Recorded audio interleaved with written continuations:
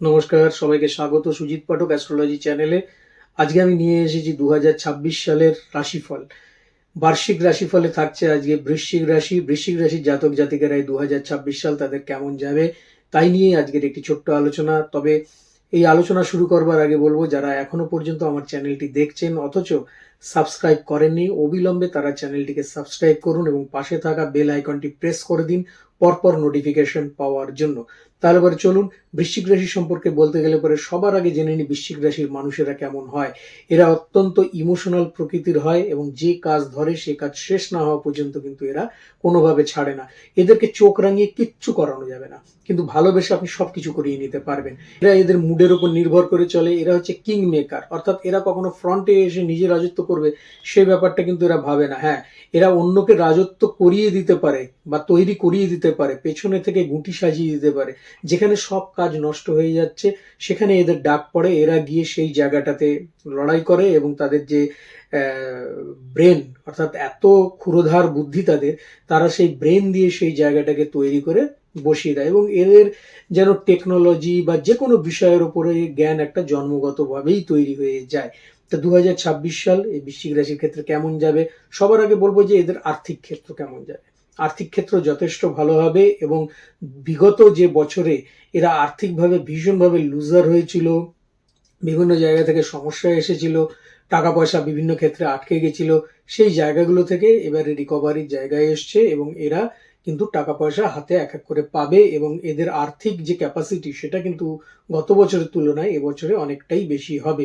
এবং যেখানে যেখানে লগ্নি করেছিল, যদি লং টার্ম লগ্নি থাকে সেখান থেকেও কিন্তু এদের রিটার্ন খুব ভালো থাকবে। তবে একটা কথা, এরা কিন্তু একটু বেশি বুঝে যাবে, যার ফলে কি হবে, খুব অল্প সময় কিছু লাভের জন্য কোনো জায়গায় ইনভেস্ট করতে যাবে, সেটা না করে অবশ্যই কোনো বিশেষজ্ঞের সাথে কথা বলে তারপরে যদি তারা অগ্রসর হয় তাহলে পরে এদের ক্ষেত্রে ভালো হবে। যে কাজ পেন্ডিং পড়েছিল সেই কাজগুলো এরা তৈরি করতে পারবে এবং নিজস্ব বিজনেস করতে পারবে। জবের ক্ষেত্রে যারা রয়েছেন তাদের ক্ষেত্রে বলবো যে এরা কিন্তু জব হয় ছেড়ে দিতে পারে, না হলে পরে এদের জব চলে যেতে পারে। কিন্তু ছেড়ে দিলে পরেও আমি বলবো যে আপনারা যদি স্বাধীন প্রফেশনের মধ্যে থাকেন, যদি কোনো বিজনেস খোলেন, সেক্ষেত্রে কিন্তু আপনাদের যথেষ্ট লাভ হবে বা উন্নতি হবে।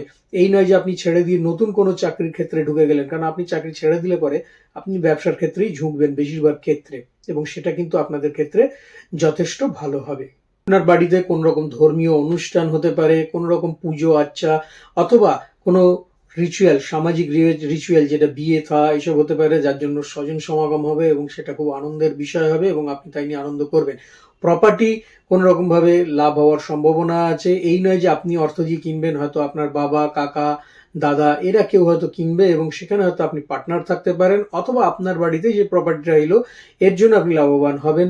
কিন্তু আপনার ব্যক্তিগতভাবে কোন রকম বাহন ক্রয়ের জায়গায় রয়েছে, যেখানে কিন্তু এই বছরের মধ্যে অর্থাৎ শেষের দিকে হলে পরেও কিন্তু আপনার বাহন লাভের জায়গা তৈরি রয়েছে। গৃহ রিনোভেশন হবে এবং সেক্ষেত্রে আপনার কন্ট্রিবিউশন ভালো থাকবে এবং আপনি যেটা করবেন মেনলি হচ্ছে যে কোনো জিনিস শিখুন। আপনার শেখার নেশা বেশি, জানার নেশা বেশি। এবছরও আপনি কিন্তু নতুন নতুন কোর্স জানতে পারবেন, শিখতে পারবেন এবং সেটাকে আপনি আপনার ব্যবসা, আপনার কাজের ক্ষেত্রে অ্যাপ্লাই করতে পারবেন, যেটা কিন্তু পরবর্তী সময় আপনাকে খুব ভালো একটা পজিশন তৈরি করে দেবে। প্রেমের ক্ষেত্রে খুব ভালো সময় রয়েছে, আপনি যথেষ্ট সময় এবছর পাবেন এবং আপনার প্রেম সম্পর্ককে আরো ডেভেলপ করতে পারবেন। যাদের এখনো সম্পর্ক গড়ে ওঠেনি তাদের ক্ষেত্রেও নতুন সম্পর্ক হবে, বিবাহের যোগ রয়েছে। তবে বিবাহের ক্ষেত্রে কম বেশি বাধার মধ্যে দিয়ে আপনাদের বিবাহটা হতে পারে। হয়তো এই কথা এগোলো, আবার কথা পিছিয়ে গেল, আবার কথা এগোলো, আবার বন্ধ হয়ে গেল, এরকম করে তারপরে কিন্তু বিবাহটা হবে। কিন্তু বিবাহের যোগ আপনাদের এবছর রয়েছে। যারা বহুদিন ধরে চেষ্টা করছেন অথচ বিবাহ করে উঠতে পারছিলেন না, এবারে যোগ কিন্তু ফলপ্রসূ অবশ্যই হবে।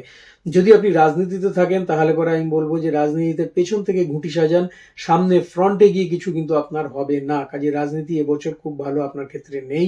আপনি যদি ব্যাকে থেকে আপনি সেই জায়গাটাকে তৈরি করে দেন অন্যের জন্য, তাহলে পরে আপনার কদর বাড়বে এবং আপনি কিন্তু একটা পজিশন পাবেন।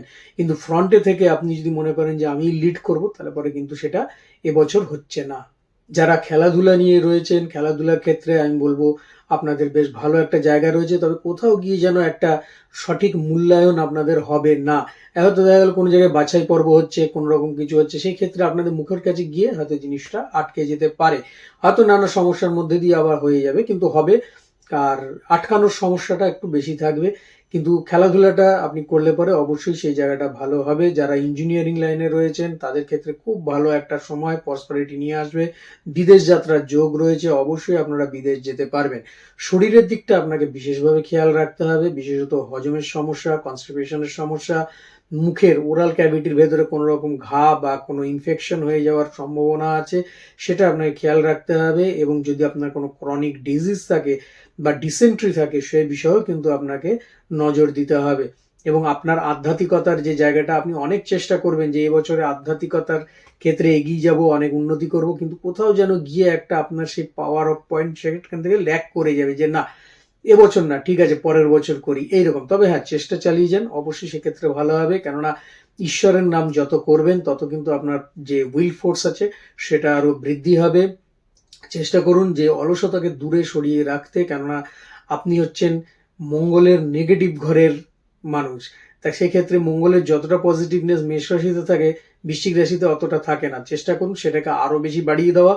যথেষ্ট আপনার জোশ যদি আপনি নিয়ে আসতে পারেন, তাহলে পরে কিন্তু আপনি এগিয়ে যেতে পারবেন। এই আদতে আপনাদের ক্ষেত্রে যেটা হয় সেটা হচ্ছে যে কাজ ধরেন সে কাজ না শেষ হওয়া পর্যন্ত ছাড়েন না, কিন্তু সেটাকে আরো মানে কি বলবো, খুব দ্রুততার সাথে এবং খুব ক্ষিপ্রতার সাথে যদি আপনি কমপ্লিট করেন, তাহলে পরে আপনাদের ক্ষেত্রে যথেষ্ট ভালো হবে।